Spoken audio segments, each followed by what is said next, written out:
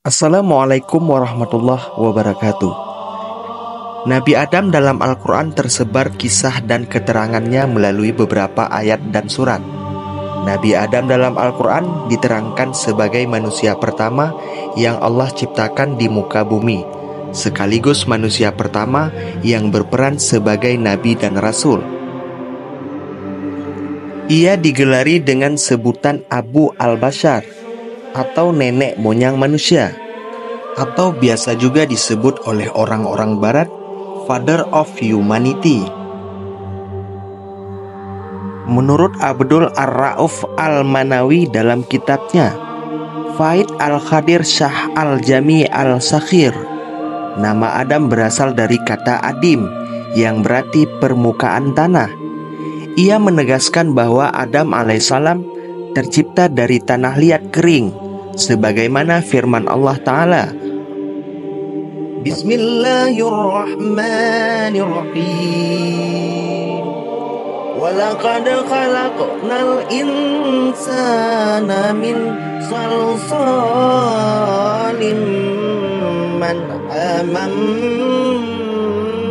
masnun. Dan sungguh kami telah menciptakan manusia dari tanah liat kering, dari lumpur hitam yang diberi bentuk. Dalam tafsir Al-Misbah menyebutkan bahwa ayat di atas menceritakan tentang penciptaan manusia Adam dari tanah liat kering. Salsalah kata ini memiliki makna yang serupa dengan kata al-fakar.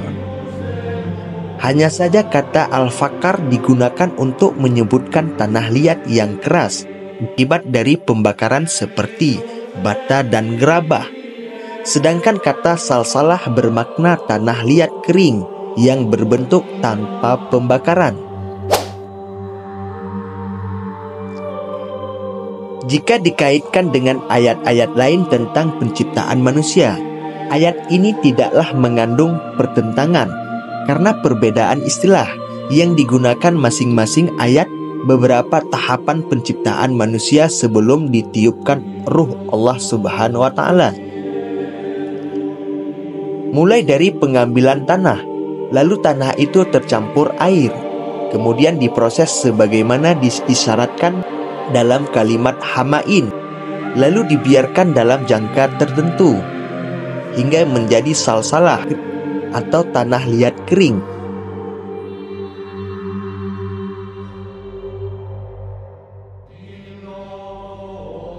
Tahir Ibnu Asyur menyatakan bahwa maqasid atau tujuan uraian ayat ini adalah sebagai pembuktian kepada manusia betapa agung dan mengagumkannya Allah dia dapat menciptakan manusia yang merupakan tokoh sentral peradaban dunia dengan segala kelebihan dari unsur-unsur dengan pengetahuan keagungan Allah.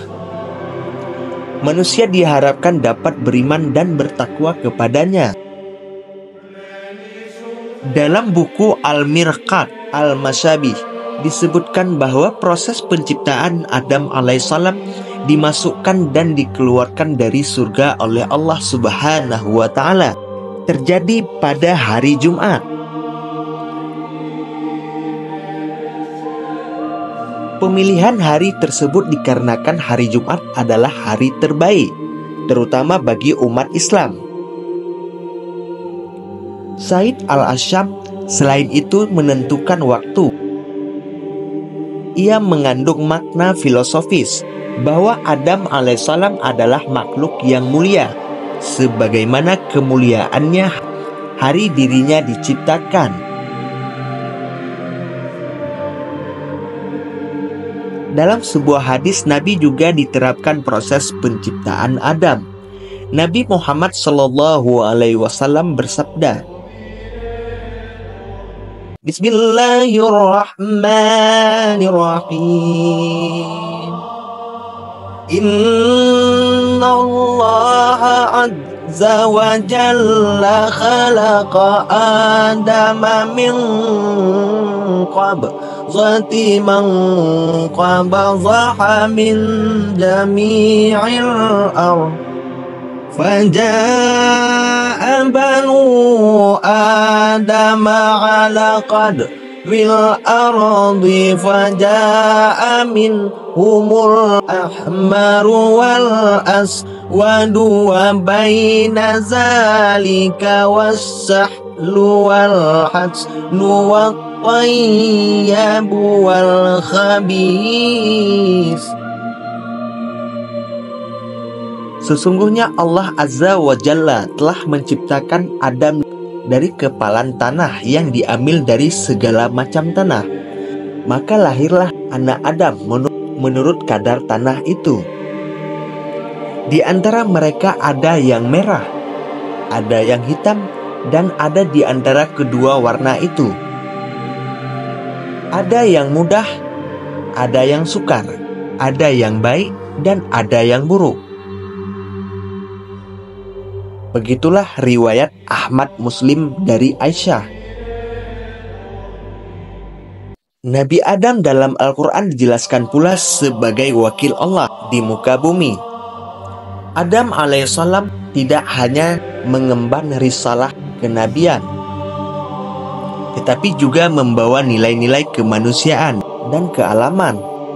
Ia juga diberi kepercayaan oleh Allah untuk mengelola bumi, menggantikan makhluk ciptaan Allah sebelumnya yang disebut ulama tafsir sebagai bangsa jin. Mereka dibinasakan Allah setelah melakukan berbagai macam kerusakan dan pertumpahan darah. Allah berfirman dalam surat Al-Baqarah ayat 33, "Dan ingatlah ketika Tuhanmu berfirman kepada para malaikat, Aku hendak menjadikan khalifah di bumi. Mereka berkata, apakah engkau hendak menjadikan orang yang merusak dan menumpahkan darah di sana, sedangkan kami bertasbih memuji-mujimu dan menyucikan namamu?" Adam alaihissalam di muka bumi sebagai khalifah. Ini dilakukan karena malaikat adalah makhluk yang akan dibebani sekian banyak tugas terkait kehidupan manusia. Sebagian dari mereka ada yang bertugas untuk mencatat amal manusia, dan ada juga yang bertugas sebagai menjaga. Ada yang menjadi pembimbing, ada yang bertugas sebagai pemberi wahyu dan sebagainya. Ketika mendengar rencana Allah, malaikat bertanya tentang makna penciptaan tersebut. Mereka mengira bahwa khalifah ini akan berbuat kerusakan dan menumpahkan darah. Jauh sebelum manusia tercipta, terdapat bangsa jin yang berbuat kerusakan dan menumpahkan darah di muka bumi. Ibnu Katsir menuturkan dalam bukunya Qasas Al-Anbiya bahwa pertanyaan malaikat ini semata-mata untuk meminta penjelasan dari Allah, bukan untuk meragukan, apalagi menentangnya. Mendengar pernyataan malaikat, Allah menjawab secara singkat tanpa menyalahkan atau membenarkan pertanyaan mereka, karena sebagian anggapan tersebut benar adanya. Allah berfirman, "Sungguh aku mengetahui apa yang tidak kamu ketahui." Jawaban Allah ini mengandung makna bersirat bahwa anggapan para malaikat yang berkaca pada kasus jin benar adanya. Manusia mungkin juga akan melakukan hal yang serupa di masa mendatang. Namun di antara manusia juga terdapat orang-orang yang ketaatan dan ketakwaannya melampaui malaikat. Manusia sebagai keturunan Adam alaihissalam memiliki kewajiban untuk meneruskan risalah kenabian, ajaran kemanusiaan dan kealaman. Mereka juga berperan sebagai khalifah, yakni orang yang beriman yang memiliki wewenang untuk mengelola bumi dan sumber daya di dalamnya secara adil dan bijaksana. Meskipun demikian, bukan berarti manusia berhak melakukan semena-mena dan membabi buta. Manusia hanya wakil Tuhan, dan mereka akan mempertanggungjawabkan apa yang telah diwakilkan kelak.